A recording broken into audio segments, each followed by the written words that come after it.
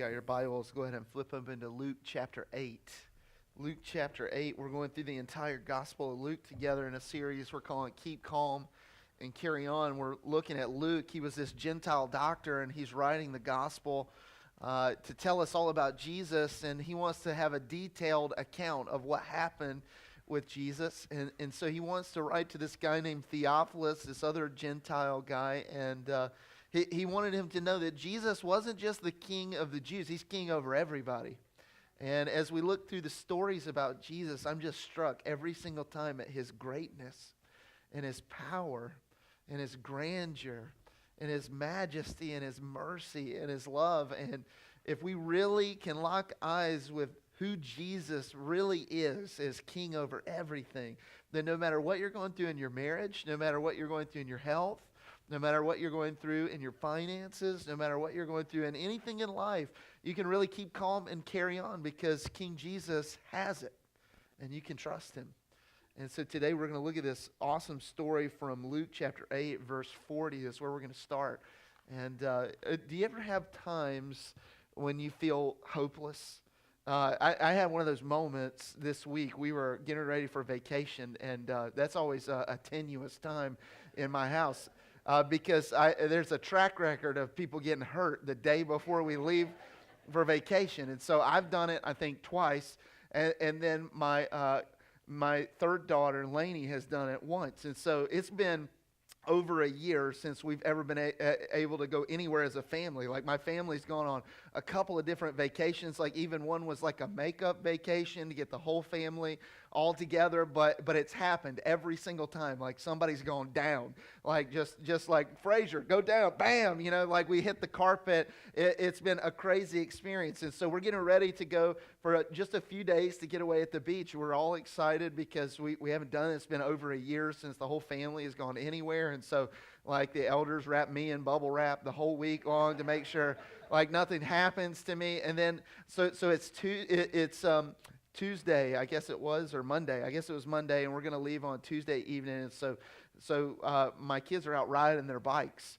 And my oldest daughter, Molly, she's 9. She comes around the corner, and I don't see what happens. And then all of a sudden, I hear this blood-curdling scream, right? And it sounds like a cat is literally being gutted. I mean, it's just, just the worst scream you've ever had in your life. And I look, and my kid is like in the middle of the road, just continuing to scream, and her bike is like on top of her. She's all mangled up like this, and so like I can't run because of my knee still, and so I like walk over to her as she's screaming like 3 doors down, and all the neighbors are kind of looking at what's happening. And so we stand her up, and I look, and she's got like road rash all down her leg, and then she's like, "Dad, I can't move my wrist," and I'm like, "You've got to be kidding me!" And I can't move my wrist. I'm like, "Yes, you can. You can do it. Stop playing around, girl." And I'm like, "Move that thing. Like, bring the oil. Somebody, like, do something, right?" And so, like, I'm like, "Well, let's walk back to the house." And so my wife actually has to carry our 9-year-old, like, who's almost as tall as she is, back to the house. And so we get in, and we're like, we're going to ice it. And we look, and the thing is blowing up like a balloon. And she's like, she can't move it. And she's like, "Look, Dad, I'm trying. And she's like, "I can't lift it up." It's like dangling, like right there, And so my wife and I were like, we're just going to pray. And so we pray for her, like my wife prays for her, I pray for her, whatever. And we're like, we're going to ice it for 30 minutes and hope it gets better. And then hope we don't have to go to the emergency room. And so we ice it for 30 minutes and put her favorite show on. And my wife and I go into the kitchen, and literally we start laughing. Because it's like, if this is for real, this is just like, this is like a comedy of errors. You know what I mean? Like, this is just hilarious. But in those moments, there's like, you got to be kidding me. This is hopeless. We're never going to be able to go on a family vacation again. Like, it's just not going to happen. We're going to have staycations for the rest of our life. It'll just be right here. And so we prayed, and we left the ice on for 30 minutes. And she's like, "Look, Dad, I can kind of move it." And we're like, "You're good." All right, so we're going. We're going. And so thank the Lord. I don't know if he healed it. Like, I don't know if she has a broken bone and she's really tough and she hasn't said anything else about it. I don't know what's going on, but I know that what looked terrible and hopeless, the Lord brought us hope, and we were able to all be together at the beach for a few days this week, and it was a great, great time. But listen, I want to tell you, I know that sounds silly and not like a huge hopeless situation, but there's some of you in this house today that whatever you're facing in your marriage, or whatever you're facing in your health, or whatever you're facing at your job or in your finances or other stuff, you really do feel hopeless. I mean, you feel the weight of, man, this thing's never going to change. He's never going to change. She's never going to change. It's not going to get better. The addiction is not going to go away. I'm never going to get victory over this. We're always going to have this amount in the bank. Like I'm never going to be satisfied or happy in my job. I mean, this is what the doctor said. This is my diagnosis. This is what they say about me. This is what they say about my anxiety. This is what they say about my depression. This is what the doctor says about my cancer. This is what the doctor says about this, right? Like, and there's some of you in this place that you've been battling different things in your marriage or in your health or whatever it might be, for some of you for months, some of you for years. And for some of you, you just feel literally like this is a hopeless situation. And today I want you to see how Jesus brings hope into the midst of this hopeless situation. Look at what it says in Luke chapter 8. We're going to start with verse 40. And Jesus has just cast out a legion of demons from the man of Gerasenes. And I want you to keep that image in your mind. Anytime you think about spiritual warfare, there's literally thousands of demons possessing this guy who can't be tied down, who can't be held, who can't be chained up. Like, he breaks every single thing. An entire town can't corral this one guy who's possessed with thousands of demons.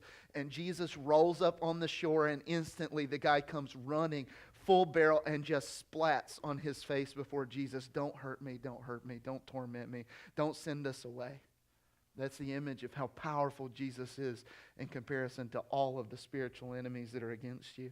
And so Jesus has just done that, and now there's these crowds that are following Jesus, and look at what happens. Now when Jesus returned, the crowd welcomed him, for they were all awaiting for him.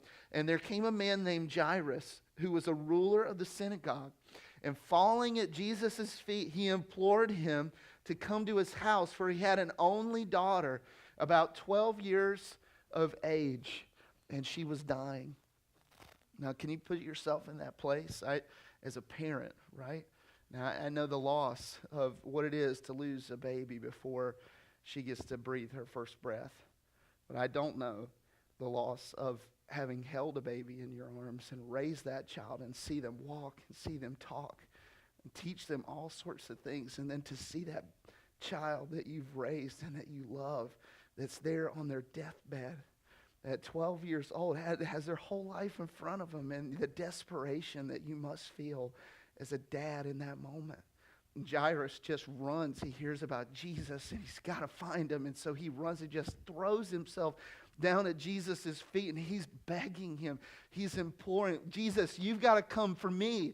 Like, you've got to come for my daughter. You've got to come. You've got to help us, Jesus. Can you imagine the sense of desperation and the urgency that you would have if it was your only kid, your only daughter, 12 years old, and she's there, and she's dying, and you know Jesus is her only hope. And so he comes, and look at what Jesus does. Verse 43, And as Jesus went, the people pressed around Jesus. And there was a woman who had a discharge of blood for how many years? 12 years. It's a 12-year-old girl. And this woman has been dealing with an affliction the whole time this girl has been alive. For 12 years, she's had this discharge of blood. And though she spent, how much? What does it say? All of her living on physicians, she couldn't be what? Healed by anyone. Listen, this word for healed, it's literally therapy. She's got no relief. It's not even like a full-on healing. There's this woman, she's got this issue of blood, and as a Jewish woman, that was something that was severe, because it made you totally unclean ceremonially. It affected your interactions with your family members. It affected your ability to worship at the temple. It affected every single thing about life. And here's this woman, and she's ceremonially unclean for 12 years straight, and she spends every single thing that she has on doctors. She goes to different physicians, and Luke is this physician writing. He tries to stick up for the doctors here. They tried everything that they could think of, and they can't even really figure out what's wrong. Like she's gone to every single doctor. They've got no answers for her. They can't provide even one moment's relief to her symptoms, much less cure her or heal her. And so here she is. She's in the crowd, and she's just witnessed this guy come up and throw himself down at Jesus' feet and say, "My only daughter is dying. Please come help." And Jesus responds, and he's walking along the way, and this whole crowd just kind of presses in like sardines all around him. It's like little kids playing soccer, right? They just all amoeba right onto the ball, right? Like there's no spread offense, there's no anything, right? And so they're just huddled in around him. And this woman looks at Jesus, and she's got this sickness, this thing that's been going on, that she's literally spent every dime she has, and she literally hasn't had one moment of relief. Can you imagine? Can you imagine 12 years of suffering and not one moment of relief? Not one day, not 1 hour. Like, you've spent everything you have. You've exhausted every medical option there is, and no doctor can give you even a second of relief. This is how hopeless she felt at the same time. And she looks and says, "This is the moment." Verse 44, and so she came up behind him, and she touched the fringe of his garment, and immediately her discharge of blood ceased. I want you to think about how awesome this is. Like, listen, look right here. What doctors can't even diagnose properly, what they can't even discern of what's happening and where it's coming from and how it's starting and originating and how to fix it. Like, she touches one glimpse of Jesus's fringe. Like, I want you to think about it. She doesn't even touch Jesus. Like, she doesn't wrap up and say, hey, I'm tackling you, Jesus. Like, she doesn't come and bear hug Jesus. She doesn't even touch his garment. She touches the fringe of his garment, right? Like, this is the tzitzit. This is what they'd wrap between their fingers as they would pray and say scriptures. This is what the rabbis would wear. So it's the little hems of his garment, the tassels that Jesus would pray with. And so he's there, and so she comes up. She doesn't even touch him. She doesn't touch his garment. She touches the little tassels off of his garment, and then instantly, from the very source, from the very root, it's not just a therapy, it's instantly gone. Can you imagine the sense of relief as she feels something that she hasn't felt in 12 years? Like, can you imagine? Like, I have rheumatoid arthritis. You know, sometimes I'll have flares. Like, but there's tons of weeks where I don't feel anything. Like, it's just totally fine. But can you imagine, like, this thing for 12 years, you've experienced the same feeling every day, the same stuff, this same being ceremonially unclean, the same frustration about the doctor, same everything, and one touch of Jesus's tassel, and then boom, you instantly feel different. Can you imagine? That's amazing. Now look at what it says, verse 45. And Jesus said, "Who was it that touched me?" And when all denied it, Peter said, "Master, the crowds surround you and are pressing in on you." Like, okay, so Luke is showing us the story within a story, right? Nobody else knows what's going on. Everybody else just saw Jairus come up. "Please come, my daughter's dying," right? Then the whole crowd is walking. Like, nobody else knows anything has happened. Nobody else knows there's anything on the scene. The whole crowd is just pressing in, and the woman just reaches up and touches, and then everybody keeps going. Like, nobody knows what's happening. Jesus stops in the middle of this moment and says, "Who touched me?"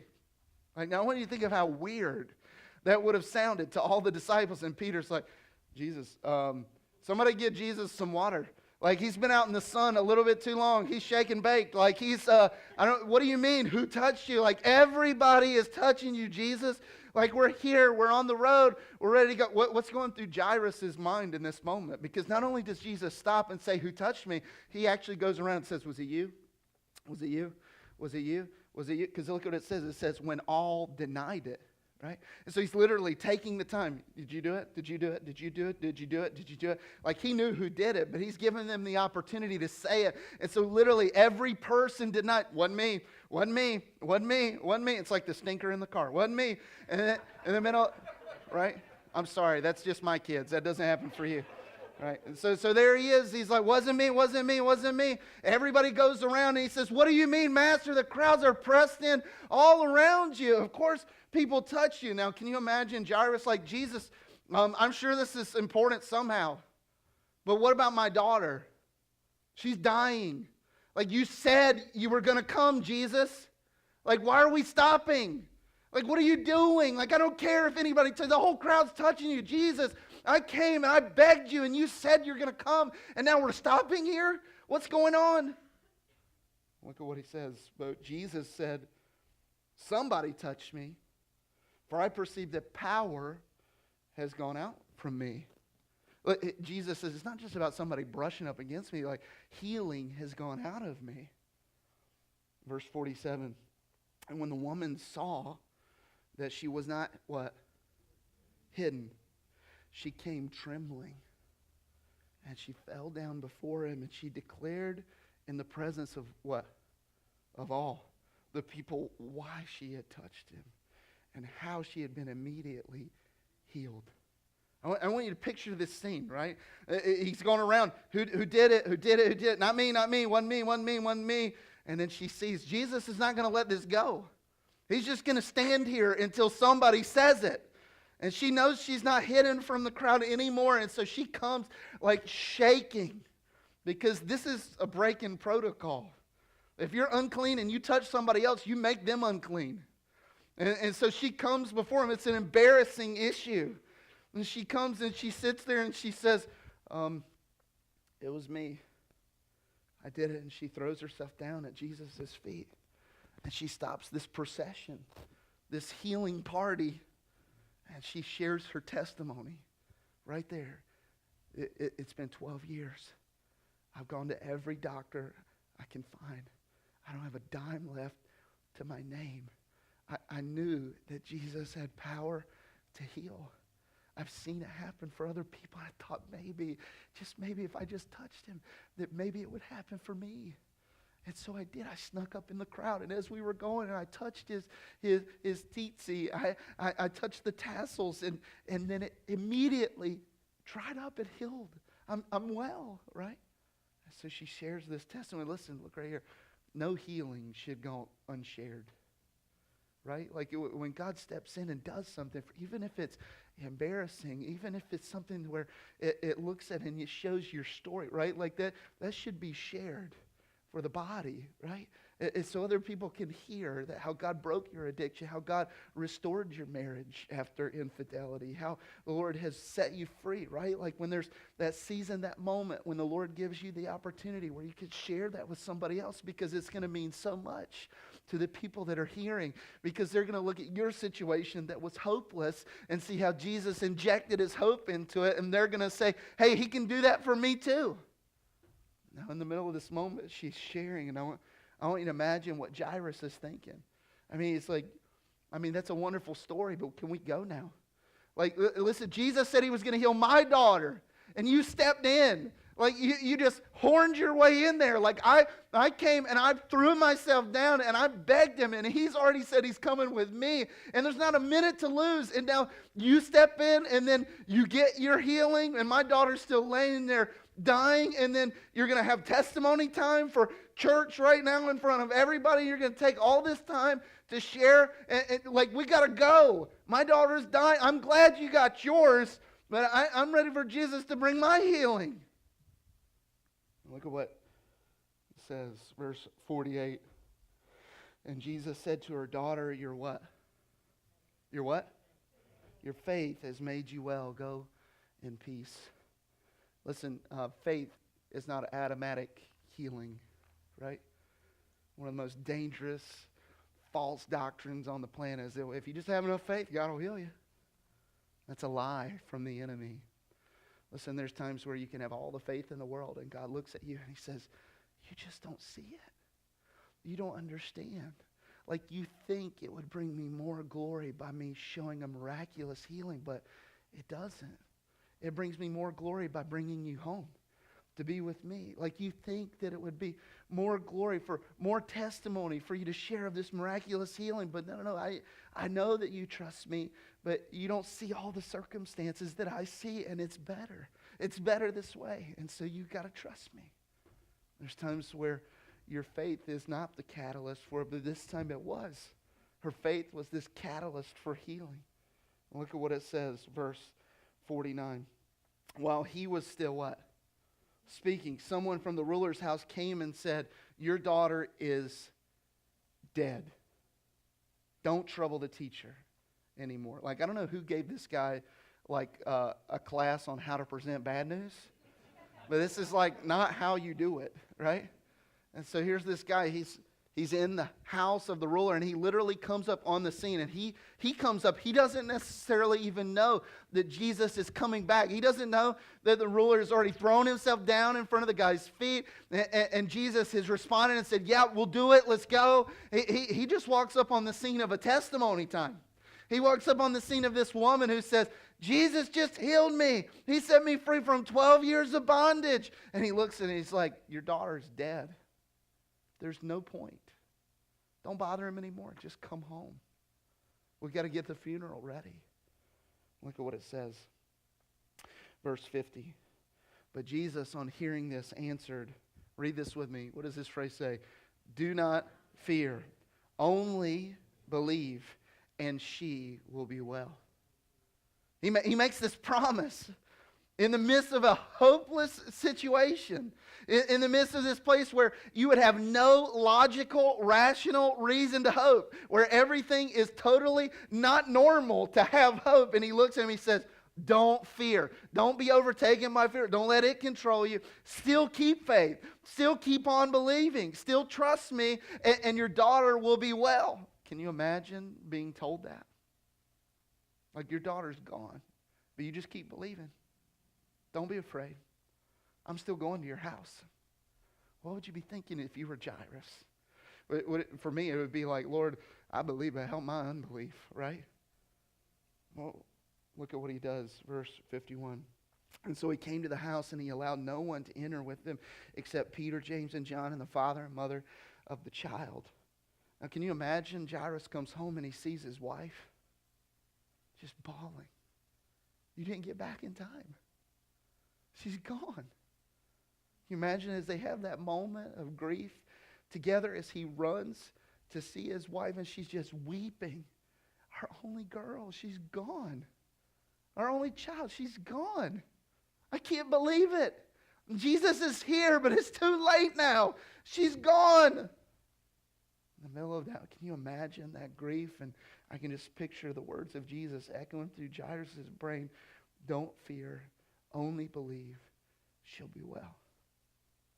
Look at what he does. Verse 52. All were weeping and mourning. There's already a mourning party that's happening for her. But he said, "Don't weep. She's not dead, but sleeping." I believe in that moment, she came back to a sleeping state. Here's what it says. And they laughed at him, knowing that she was dead.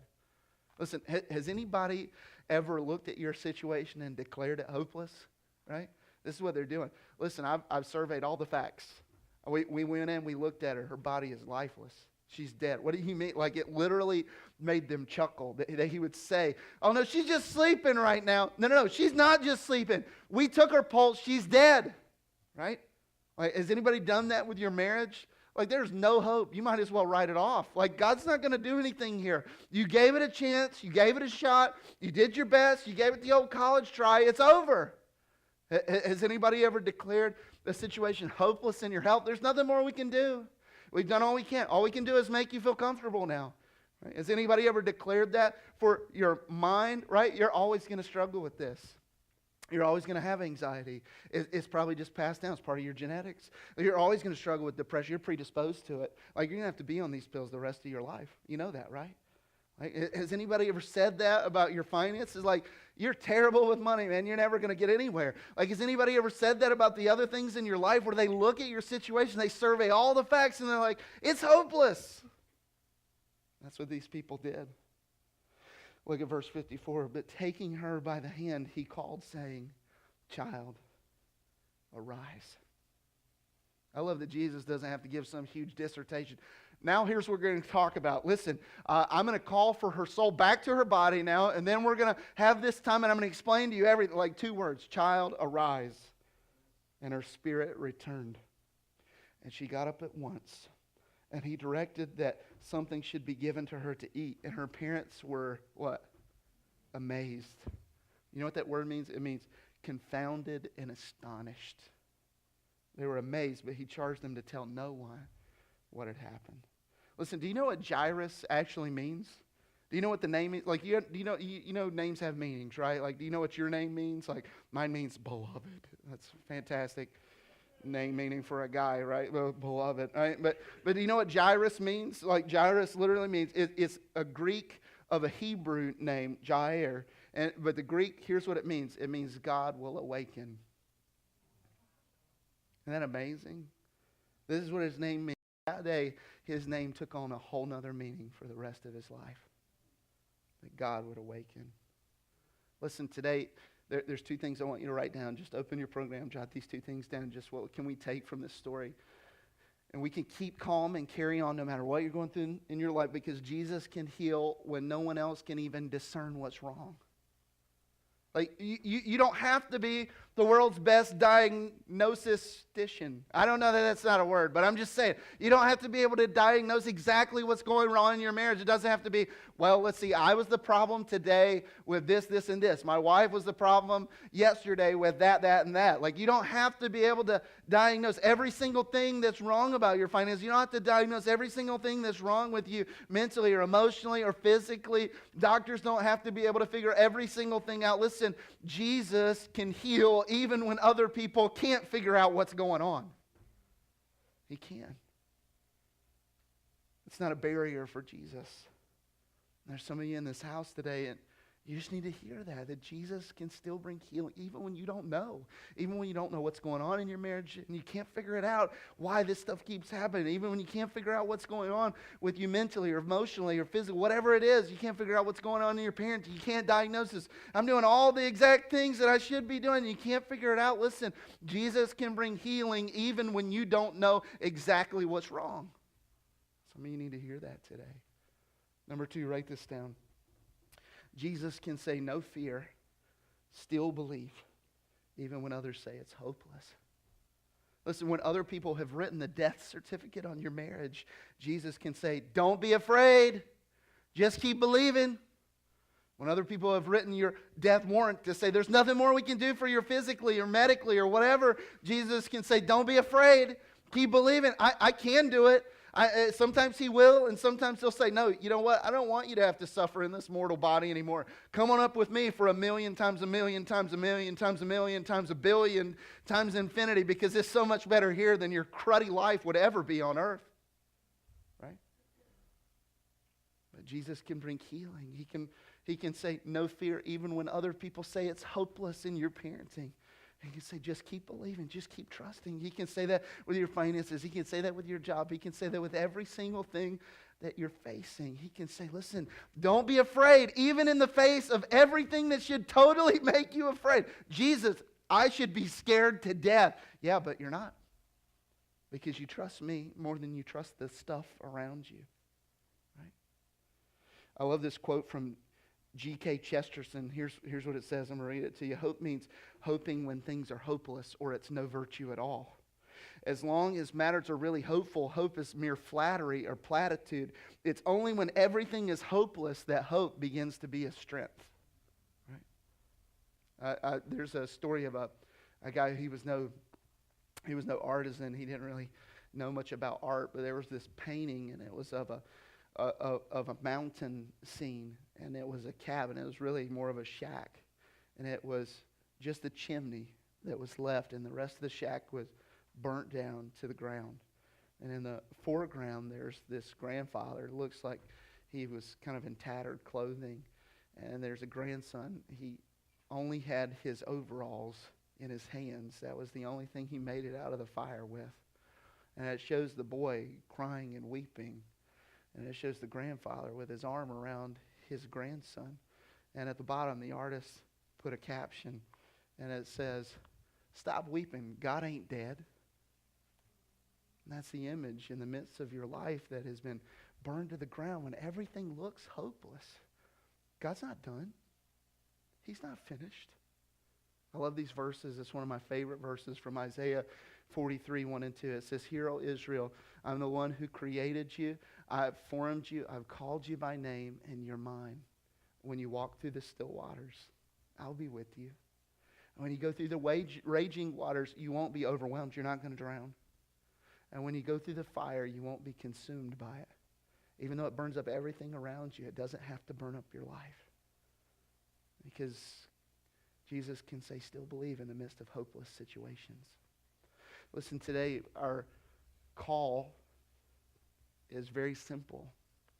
I want you to come and I want you to pray.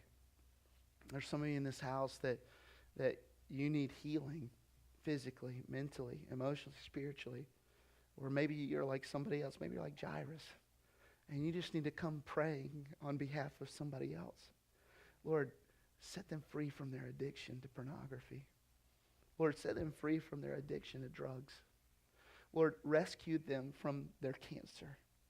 Lord, set their marriage free. Lord, bring them back together. They're separated. Bring them back together to a place where they're restored so they can have this testimony, right?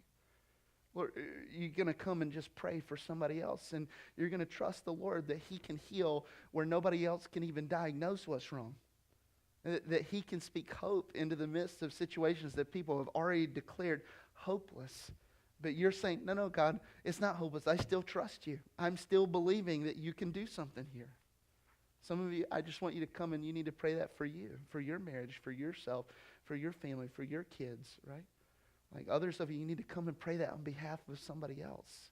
You need to have a Jairus moment where you just throw yourself down before your Savior, and he looks at you with a heart of compassion, and he says, I hear you. I hear you, and I'm with you, and I can give you peace. Now listen, Jesus can bring healing where people can't even diagnose it. And there's no such thing as a hopeless situation with him. There's not. He can say, don't fear. Keep believing. Let's pray. Lord, I don't pretend to understand how everything works about prayer.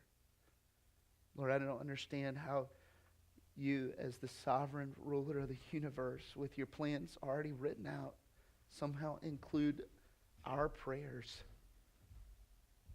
and how you reach out and touch to bring healing. How you reach out and you wake people up from death to life. How you use our prayers, Lord, to bring marriages back together, to bring healing, to bring restoration. Lord, I don't pretend to understand how all of it works, but you've told us to pray and to ask you and to seek you, and to keep on knocking. And so, Lord, today we just ask that you would bring healing and that you would bring hope. Lord, hear the prayers of your people about ourselves. Hear our prayers about loved ones, about family members, about people that we care about. And Lord, may we all be able to stand up and share soon a testimony of how you've moved. How where other people couldn't help, you helped. Where other people couldn't even figure out what was wrong, you brought healing. Where other people had written it off as a dead and a hopeless situation, you spoke belief into that place. And Lord, you did wonders that could only be explained by you. Lord, as we wait on you in the midst of that, I pray that we would be at peace, knowing that you're in charge, so we can keep calm and carry on. Lord, do a work in this place in the name of Jesus.